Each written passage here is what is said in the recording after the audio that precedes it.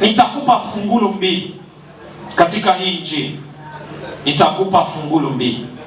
Neno letu katika wakati mgumu utafute kujiongeza.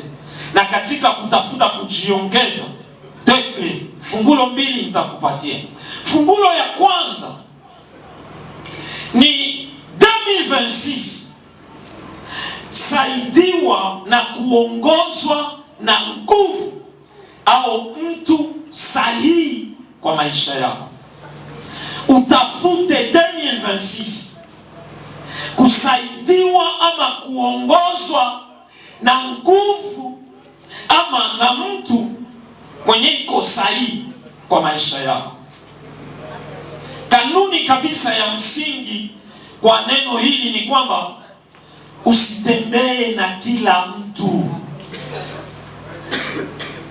Na nafasi nyingine tunasema usisikilize kila sauti 2026. Usitembee na kila mtu 2026 na usisikilize sauti ya kila mtu 2026. Hiyo ni kanuni. Mathayo 15:14 anasema hivi: kipofu akimuongoza kipofu mwenzake, wote wataanguka shimoni.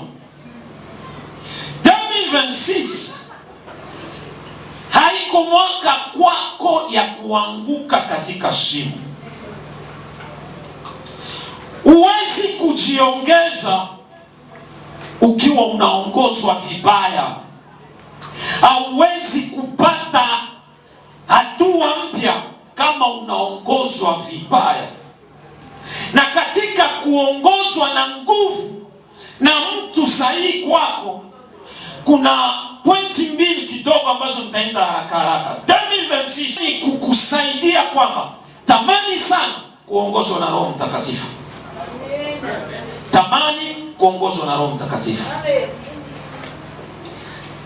Na hapo kuko verite.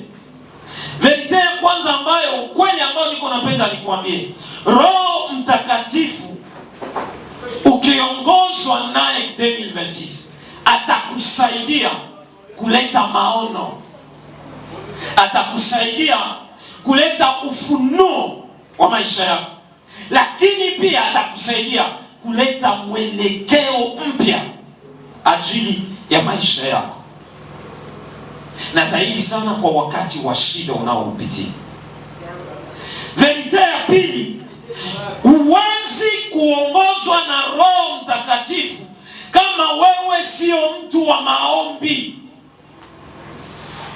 Hiyo ni kweli ambayo ninakuambia. Hauwezi kuongozwa na Roho Mtakatifu kama hauko mtu wa maombi. Na maombi sio mapambo, kwa sababu wakati mwingine tunatumikisha maombi kama mapambo ya Mkristo. Lakini jioni ya leo nitakwambia kama maombi ni chanzo cha mwelekeo kwa maisha yako. Ni Mungu anapitisha sauti yake kukusaidia. Warumi 8:14 anasema kwa kuwa wote wanaongozwa na Roho, kwa kuwa wote wanaongozwa na Roho wa Mungu, hao ndio wana wa Mungu. Si ndio? Hiyo si ndio? Sasa kama hauko mtoto wa Mungu, kama hauongozwi na Roho, hauwezi kuwa mtoto wa Mungu.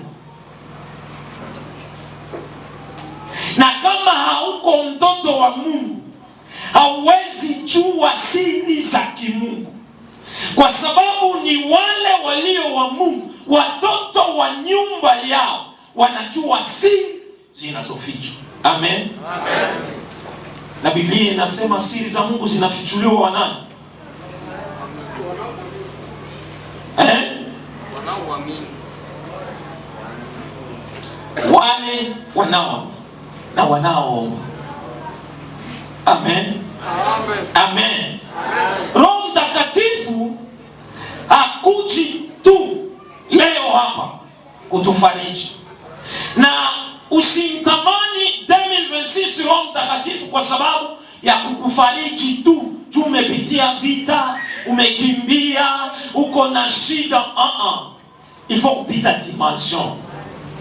Panda ngazi zingine za kutamani kutembea na Roho Mtakatifu. Na ngazi hiyo ni kwamba Roho akupatie maono na mwelekeo mpya wa kwenda mbele kwa wakati huu mgumu.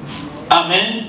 2026 amua kujiongeza kidogo. Usibakie pale kwenyewe. Ujiongeze kwa maombi ya binafsi.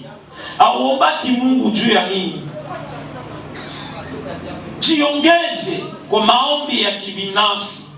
Lakini pia jiongeze kwa kutamani kusikiliza sauti ya Mungu. Sauti ya Mungu haiko tu wale wanakuwa mle maombi ndio wanapaswa isikia. Kila mtu ambaye aliyeokoka anaweza kumsikia Mungu.